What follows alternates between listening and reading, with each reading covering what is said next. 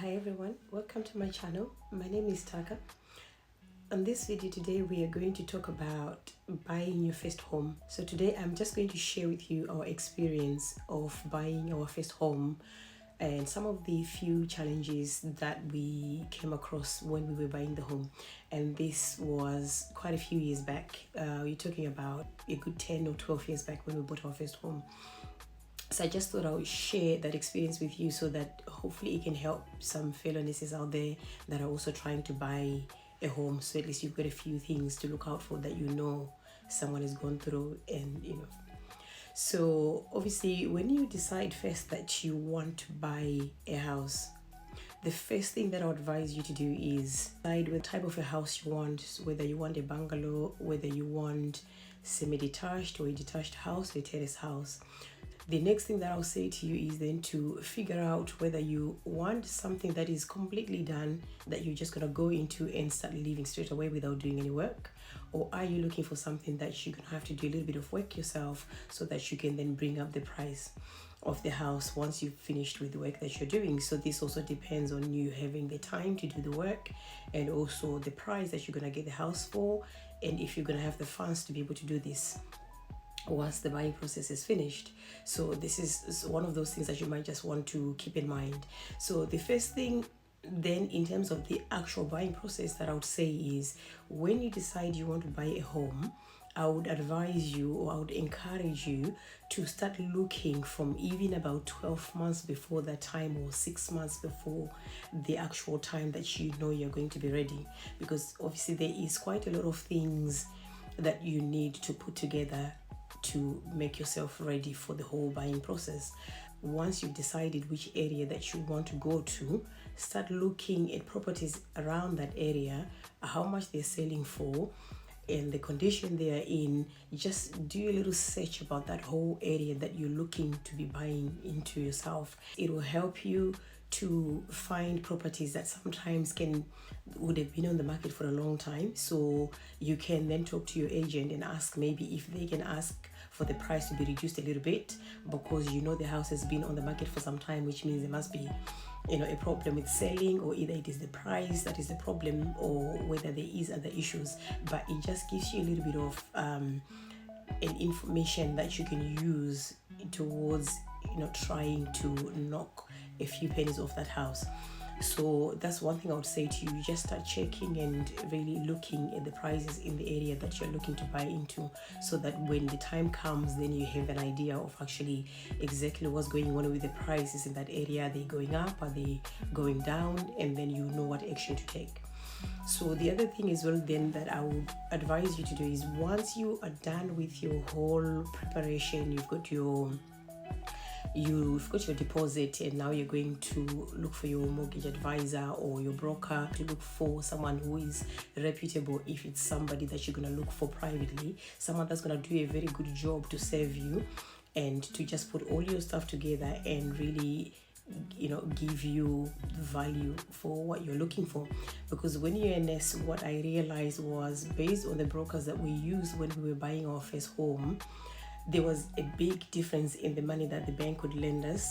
So we had then to go with the person that was giving us a higher price. So I don't know what was the difference here, or why the other person gave us such a low price, but the other person also gave us such a high price, which the bank again agreed with. So it kind of gives you a little bit of you kind of wonder what happened there. But that's one thing I would say: get a very good broker. If you can find anyone who's recommended by either friends or family, use that person, because at least they've done a good job for someone else. So get that person.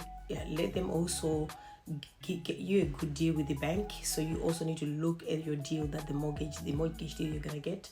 Make sure you do your research and compare all these, because mortgage packages are different. Some will come with different costs attached to them. So you just need to look at all those things and make sure that you've got all the information you need to be able to make a sound decision. So I'll say definitely a good mortgage broker will save you a lot of money and will also get you a good deal with the bank. The next thing then that I'll say is, when they do your affordability check, just make sure that everything you put in that sort of information is correct. So moving on to the next one, you need to do research into the area that you've decided to move into. So you need to find out, depending on your situation, if you're a single person, then that's fine, that's different. But if you're a parent with children that are going to school or that are going to be needing to go to nursery, you need to find out, all these facilities, if they are in that area, and how far they are from your home and how close they are, because that will make a big difference and make your life very easy. If you're a nurse like me, you want to be able to just rush off to drop your child somewhere close by, and to be able to then run for your train to go to work, or if you're going to drive to work, then drive to work, so that you don't get stuck in traffic and things like that. That's going to make you late. Look at their rating as well to make sure that they're good schools that you're going to get your children into, because if you just rush because there is schools around and you buy your home there, then you realize when you get there that actually the Ofsted report is really terrible, and now there's nothing you can do other than just taking your children to a school that is further away from where you live, that is going to cause you a lot of headache. So just be very careful about that. And the other thing is that we found was very useful is, as you go to do your viewings, just pay attention to the roads. Go and find out what the street is like during the day, at night, different times of the day and different times. Just go and have a look and see how active the street is and what's going on in there. Just do a little observation, so that you have a feel for it before you buy, whether it's something that you're gonna like or it's something that you really are not gonna be interested in. Then you can always change your mind before you buy, because it's easy, and just buy in a different area. And when it also comes to things like crime rate and things like that as well, really look into that as well on the government website and things like that. You find some of these things, they're on there. Have a look at them and just decide then to say, based on the information you find there, because sometimes you're better off doing your research.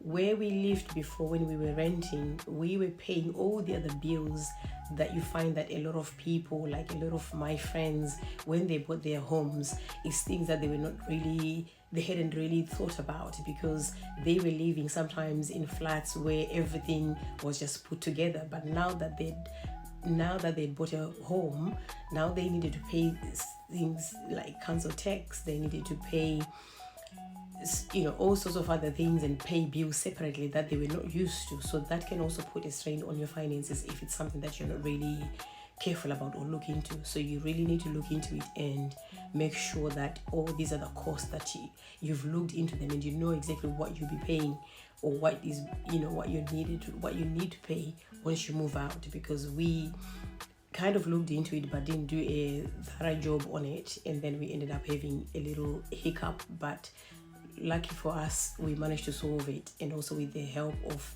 friends and family, we kind of managed to put things into place. I would also say, as a nurse myself, to fellow nurses out there that are looking to buy their first home, it is going to be a little bit of a tough one depending on the hours that you work, because you'll be involved in a lot of viewing the home that you're going to live into, and even viewing the area and things like that, and even doing some of the research that you really need to do to make sure that you are really making a good choice for your family and those things. You need to make sure you will put the time aside and do those viewings proper, because you don't also want to rush, because at the end of the day you don't want to be stuck with a home that you're not happy in, because the whole point is for you to move over there, be happy, enjoy your home, and not move over not being able to pay your bills, and now you're working more and more to be able to sustain the family, and also just to move into a home that you probably just don't like it all. So when you do your viewings, have a list of the things that you want and the things that you don't want in a home or on a home that you're viewing, so that will give you an idea. You will not be able to tick all of them, but at least that will give you an idea. And then when you can compromise, then you compromise. But you cannot compromise if you don't have any information with you. So put all your information together so that you'll be able then to make sacrifices to say, okay, this you can drop or that one you can add on. But if you don't collect this information while you're doing your viewings, you will know what did you like about this house, or what did you like about house number 2. So just be very careful in your approach when you're doing your viewings. That's all I have for today. I know there is a lot of things to consider when you're buying your first home, so we will be sharing all those in the next few videos, but this is what I have for you for today. Thank you so much for watching. See you in the next one.